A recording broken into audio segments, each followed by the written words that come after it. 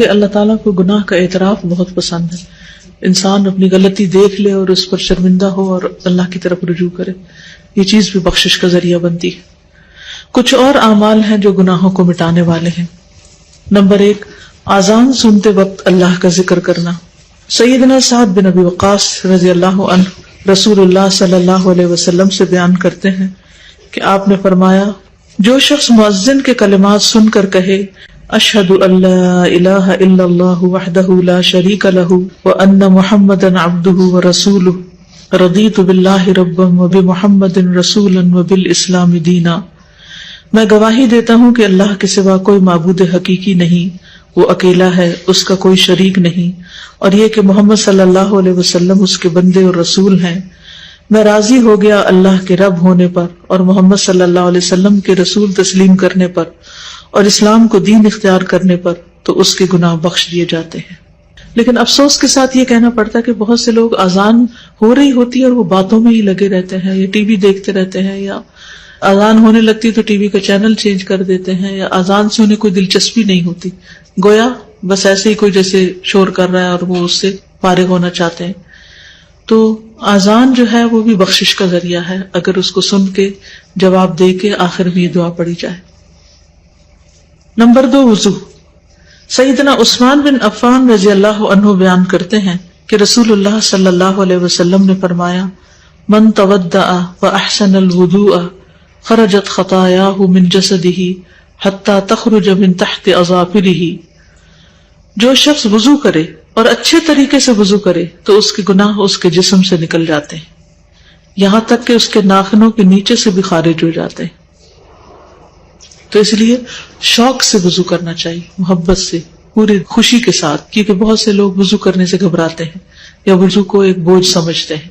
تو آپ وضو کریں تو یہ سوچیں کہ یہ میرے گناہوں کو دھونے کا ذریعہ ہے۔ نمبر 3، نماز۔ سیدنا ابو ہریرہ رضی اللہ عنہ بیان کرتے ہیں کہ انہوں نے رسول اللہ صلی اللہ علیہ وسلم کو فرماتے ہوئے سنا، ارأیتم لو ان نہرا بباب احدکم یغتسل فیہ کل یوم 5 هل یبقى من درنہ شیء؟ قالوا لا یبقى من درنہ شیء، قال فذلك مثل الصلوات الخمس یمحو اللہ بہ الخطایا۔ بتاؤ، اگر تم میں سے کسی کے دروازے پر نہر بہ رہی ہو اور اس میں وہ روزانہ 5 مرتبہ غسل کرے تو کیا اس کے جسم پر کچھ میل کچیل باقی رہ جائے گا؟ صحابہ نے عرض کیا کہ کچھ میل کچیل باقی نہ رہے گا۔ آپ نے فرمایا، 5 نمازوں کی مثال اسی طرح ہے کہ اللہ ان کے ساتھ گناہوں کو مٹاتا ہے۔ تو گویا اذان، اذان کے بعد وضو، وضو کے بعد نماز، یہ انسان کے گناہوں کو دور کرنے کا ذریعہ ہے۔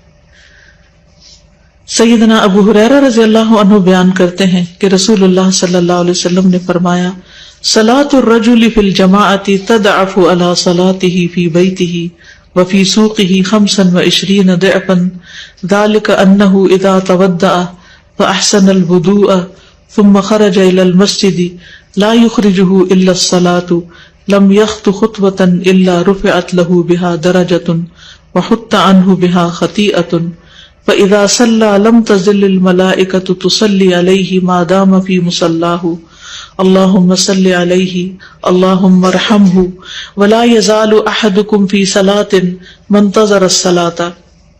آدمی کا با جماعت نماز ادا کرنا اس کے گھر اور بازار کی نماز سے 25 گنا زیادہ ہے، یعنی مردوں کے لیے، اور یہ اس لیے کہ جب اس نے اچھی طرح وضو کیا پھر مسجد کی طرف نکلا صرف نماز کے لیے، یعنی اور کوئی کام نہیں تھا، تو وہ کوئی قدم نہیں رکھتا مگر اس کی وجہ سے اس کا ایک درجہ بلند ہوتا ہے اور اس کی وجہ سے اس کی ایک غلطی معاف ہوتی ہے۔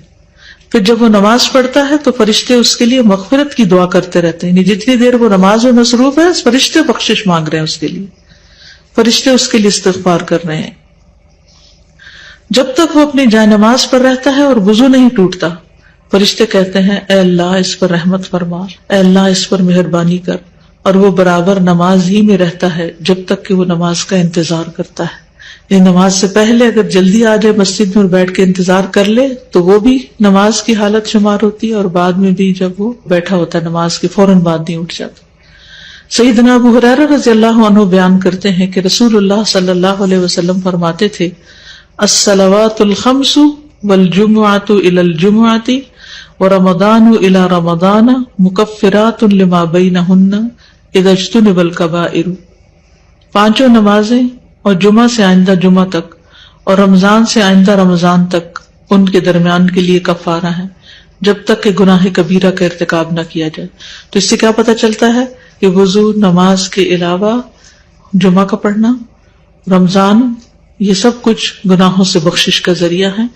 جب کبائر سے انسان بچتا نہیں، سارے صغیرہ گناہ اس سے معاف ہو جاتے ہیں، اور کبیرہ گناہوں کے لیے خاص طور پر توبہ استغفار. یا ایھا الذین آمنوا توبوا الی اللہ، توبہ کر لو اللہ سے. اور توبہ بھی صرف جھوٹوں والی توبہ نہیں کہ زبان سے توبہ توبہ کرو اور عمل میں کوئی تبدیلی نہ آئے، نہیں. توبۃ نصوحا، خالص توبہ، سچی توبہ جس میں حقیقی طور پر عمل بدل آئے. نصوحہ کا لفظ نصحن سے ہے، خالص، سچی، یعنی ایسی سچی توبہ جس کے بعد گناہ کا کوئی ارادہ نہ ہو. پکا وعدہ کر لے انسان میں آئندہ نہیں یہ کروں گا. ایسی توبہ کی کچھ شرائط ہے. نمبر 1، جس گناہ سے توبہ کر رہا ہے اسے چھوڑ دے. نمبر 2، اس پر ندامت کا اظہار کرے، شرمندہ ہو. نمبر 3، آئندہ نہ کرنے کا وعدہ کرے. نمبر 4، اگر حقوق العباد میں حق تلفی کی ہے تو وہ حق لوٹائے. کسی کے ساتھ زیادتی کی ہے تو معافی مانگ لے. گویا محض زبان سے توبہ توبہ کہنا کوئی معنی نہیں رکھتا جب تک انسان توبہ کی شرائط پوری نہ کرے. اور فور موسٹ چیز کیا ہے؟ شرمندگی، ندامت. آپ صلی اللہ علیہ وسلم نے فرمایا الندم توبہ، شرمندگی ہی توبہ ہے. یعنی جو شرمندہ ہو جائے اپنے ماضی کے کسی فعل پر، گویا اس نے توبہ کر لی. ایک اور جگہ پر آتا ہے کہ ایک صحابی نے کہا کہ سچی توبہ یہ ہے کہ آدمی رجوع کرے اور پھر اس فعل کو نہ دہرائے. تو نتیجہ کیا ہوگا؟ عسیٰ ربکم ان یکفر عنکم سیئاتکم، بعید نہیں، امید ہے کہ اللہ تمہاری برائیاں تم سے دور کر دے گا. عسیٰ یعنی جب تم توبہ کرو گے تو پھر تمہیں امید دلائی جاتی ہے کہ وہ توبہ قبول کر لے گا. بخشش مانگنا، استغفار پڑھنا، اللہ سے توبہ کرنا دنیا کی نعمتوں کو حاصل کرنے کا ذریعہ بھی ہے اور آخرت کی بھلائی کا ذریعہ بھی ہے. سورۃ نوح میں اللہ سبحانہ و تعالی فرماتے ہیں، حضرت نوح علیہ السلام نے اپنی قوم کو استغفار کرنے کو کہا، اور کیا کہا؟ فَقُلْتُ اسْتَغْفِرُوا رَبَّكُمْ، میں نے اپنی قوم سے کہا کہ اپنے رب سے استغفار کرو، اپنے رب سے معافی مانگو. تو نتیجہ کیا ہوگا؟ انہو کان غفارا، بے شک وہ بہت زیادہ معاف کرنے والا ہے. یرسل السماء علیکم مدرارا، تم پر آسمان سے خوب بارشیں برسائے گا، آسمان کو تم پر برسنے والا بنا دے گا. ویمددکم باموال وبنین، تمہیں مال اور بیٹوں سے مدد دے گا. ویجعل لکم جنات، تمہارے لیے باغات بنائے گا. ویجعل لکم انہارا، اور تمہارے لیے نہریں جاری کر دے گا. آپ دیکھیں کہ ایک انسان کی خواہش کیا ہوتی کہ اس کو کیا کچھ ملے، یعنی رہنے کا مقام اور حالات جو ہیں وہ پرسکون ہو. پھر اس کے بعد یہ کہ مال ہوں، بیٹے ہوں، باغ ہوں، اور زندگی کی اور آرائشیں اور نعمتیں ہوں. یہ ساری چیزیں کہاں سے ملتی ہیں، کیسے ملتی ہیں؟ استغفار سے ملتی ہیں. عام طور پر لوگ پریشان ہوتے ہیں، دکھی ہوتے ہیں. مثلا ایک شخص ایک بزرگ کی محفل میں آیا اور اس نے کہا کہ میرے حالات بہت تنگ ہیں، مجھے بہت پریشانی ہے، میرا رزق بہت تنگ ہے، تو آپ مجھے کوئی وظیفہ بتائیے. تو انہوں نے اس کو کہا کہ کثرت سے استغفار پڑھو. دوسرا آیا، اس نے کہا بچوں کی شادی نہیں ہوتی، تو آپ نے اس کو بھی کیا بتایا کہ کثرت سے استغفار کرو. تیسرا آیا تو کہنے لگا کہ بہت قحط سالی ہے، فصلیں اچھی نہیں ہوتی، تو آپ نے اس کو بھی استغفار کا بتایا. تو کسی نے ان سے پوچھا کہ بھائی 3 لوگ آپ سے 3 ڈفرنٹ مسئلے لے کر آئے ہیں، اپنی پریشانیاں لے کر آئے ہیں، آپ نے تینوں کو ایک ہی چیز بتائی ہے. تو اس پر انہوں نے یہی سورۃ نوح کی آیت پڑھ کر سنائی کہ دیکھو یہ قرآن میں اللہ کا وعدہ ہے اور اللہ کا وعدہ سچا ہے. اللہ تعالیٰ کی بات سے بڑھ کر سچی بات کس کی ہو سکتی ہے؟ ہمارے پڑھنے میں کمی کوتاہی ہو سکتی ہے، لیکن اللہ کی بات میں کوئی شک نہیں. ذالک الکتاب لا ریب فیہ، یہ وہ کتاب ہے جس میں کوئی شک نہیں. لیکن یہ ہے کہ بعض اوقات ہم خود پڑھنے میں کوتاہی کر دیتے ہیں تو جن کا رشتہ نہ ہو رہا ہو وہ بھی، جن کا ہو چکا ہو اور شادی کے پرابلمز ہو وہ بھی، جن کا ہو چکا اور پھر بچے نہ ہو وہ بھی، ان سب کے لیے ایک ہی وظیفہ ہے، اور وہ کیا ہے؟ استغفار کا۔ پھر اسی طرح ایک اور جگہ پر ایک اور پیغمبر نے اپنے لوگوں سے کہا وَاسْتَغْفِرُوا رَبَّكُمْ ثُمَّ تُوبُوا إِلَيْهِ إِنَّ رَبِّي رَحِيمٌ وَدُودٌ، اپنے رب سے معافی مانگو اور اس کی طرف پلٹ آؤ، بے شک میرا رب رحیم ہے اور اپنی مخلوق سے بہت محبت رکھتا ہے۔ یعنی جب کسی بندے پر کوئی تکلیف آتی ہے تو ایسا نہیں کہ اللہ تعالیٰ اس پر خوش ہوتے ہیں اور جان بوجھ کے ستانا چاہتے ہیں بندوں کو، اللہ تو بندوں کے حق میں بہت مہربان ہے۔ پھر سوال یہ پیدا ہوتا ہے کہ تکلیف آتی کیوں؟ اگر وہ ہم سے محبت کرتا ہے اور وہ بہت مہربان ہے، تو بات یہ ہے کہ کچھ چیزیں ہم اچھے حالات میں سیکھتے ہیں اور کچھ چیزیں ہم ہارڈ شپ سے سیکھتے ہیں۔ کچھ نعمتوں کی قدر ہم اچھے طریقے سے ویسے ہی کر لیتے ہیں، اور کچھ چیزوں کی قدر ہمیں اس وقت آتی ہے جب کوئی مشکل پیش آتی ہے۔ آپ دیکھیے کہ اس کی مثال یوں ہی ہے کہ جیسے کچھ کھانے آپ کچے ہی کھا لیتے ہیں، جیسے فروٹس وغیرہ ہیں، آپ کو پکانے کی ضرورت نہیں ہوتی، لیکن کچھ کھانے آپ کو پکا کر کھانے ہوتے ہیں۔ اسی طرح زندگی میں کچھ حالات ایسے ہوتے ہیں کہ جن میں آپ آرام سے سیکھ جاتے ہیں، یا کچھ باتیں آپ کو بغیر کسی مشکل کے سمجھ میں آ جاتی ہیں، لیکن کچھ باتیں آپ کو مشکل آنے پر سمجھ آتی ہیں۔ اور جس طرح انسان پختہ اور میچور ہوتا ہے مشکلات میں، آپ نے دیکھا ہوگا کہ جو بچے ہارڈ شپس میں پلتے ہیں وہ بڑے ہو کر ان میں اسٹیمنا زیادہ ہوتا ہے، لیکن جو بچے بہت نعمتوں میں اور نازوں میں پلتے ہیں وہ اتنے بہادر اور اتنے ہمت والے نہیں ہوتے۔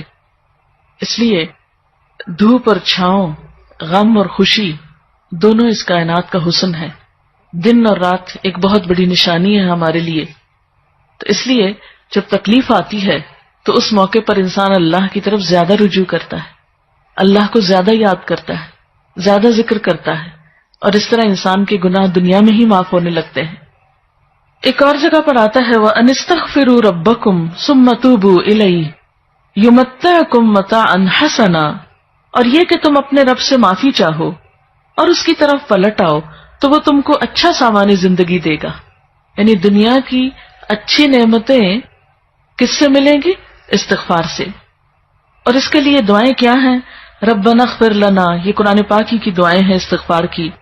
ربنا اغفر لنا ذنوبنا واسرافنا فی امرنا وثبت اقدامنا۔ ایک اور دعا ہے ربنا آمنا فاغفر لنا وارحمنا وانت خیر الراحمین۔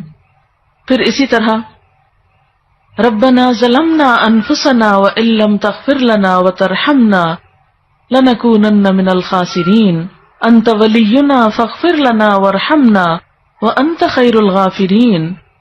پھر اسی طرح ربنا فاغفر لنا ذنوبنا وکفر عنا سیئاتنا وتوفنا مع الابرار۔ پھر اسی طرح رسول اللہ صلی اللہ علیہ وسلم نے بھی کچھ ایسی دعائیں سکھائی ہیں جو استغفار کا ذریعہ ہیں۔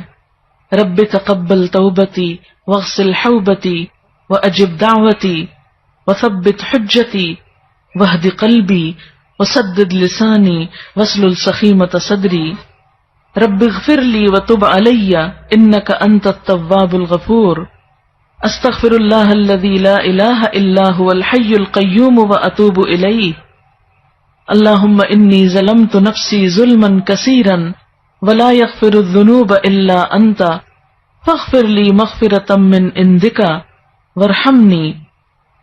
اسی طرح اللہم اغفر لی خطیئتی وجہلی واسرافی فی امری وما انت عالم بہ منی اللہم اغفر لی جدی وہزلی وخطیئتی وعمدی وکل ذلک عندی۔ اسی طرح اللہم اغفر لی ذنبی کلہ دقہ وجلہ واولہ وآخرہ وعلانیتہ وسرہ۔ تو یہ استغفار کی دعائیں جو ہیں یہ انسان کے لیے بہت سی رحمتوں اور بخششوں کے اور عنایتوں اور برکتوں کے دروازے کھولتی ہیں۔ استغفر اللہ استغفر اللہ استغفر اللہ اللہم اغفر لی اللہم اغفر لی، کیونکہ ہر روز انسان کے اوپر مختلف طرح کی حالتیں آتی۔ انسان جس وقت بھی پریشان ہو، جس وقت بھی غمگین ہو، جس وقت بھی دکھی ہو، فوراً اگر اپنے رب کو پکارنے لگے تو انشاءاللہ وہ غم اور دکھ جو ہے اس سے انسان کو فوری طور پر ریلیف ہوگا. جیسے جسم کے اوپر پہنچنے والے زخم اور تکلیفیں ہوتی ہیں نا، تو ان کو اگنور نہیں کرنا چاہیے. مثلا اگر کہیں کٹ لگ گیا تو آپ اس کو ایسے نہیں چھوڑیں گے، اس پر کوئی دوا لگائیں گے یا کوئی پٹی لگائیں گے یا اس کو صاف کریں گے یا اس کو مرچوں سے، صابن سے، اس طرح کی چیزوں سے بچائیں گے تاکہ وہ بڑھے نہیں.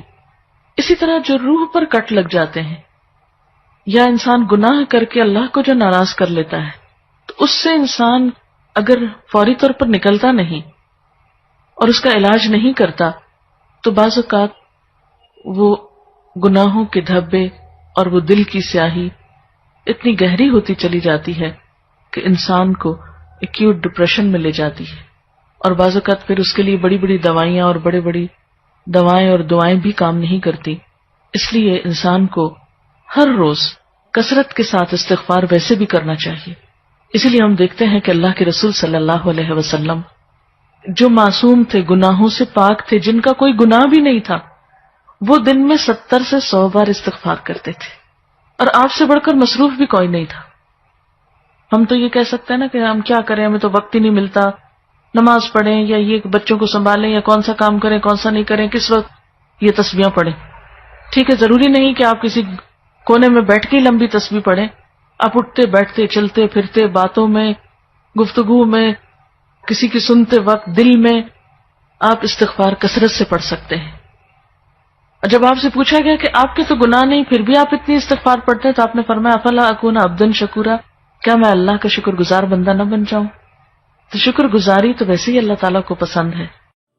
وآخر دعوانا ان الحمد للہ رب العالمین. سبحانک اللہم وبحمدک، اشہد ان لا الہ الا انت، استغفرک واتوب الیک. السلام علیکم ورحمۃ اللہ وبرکاتہ.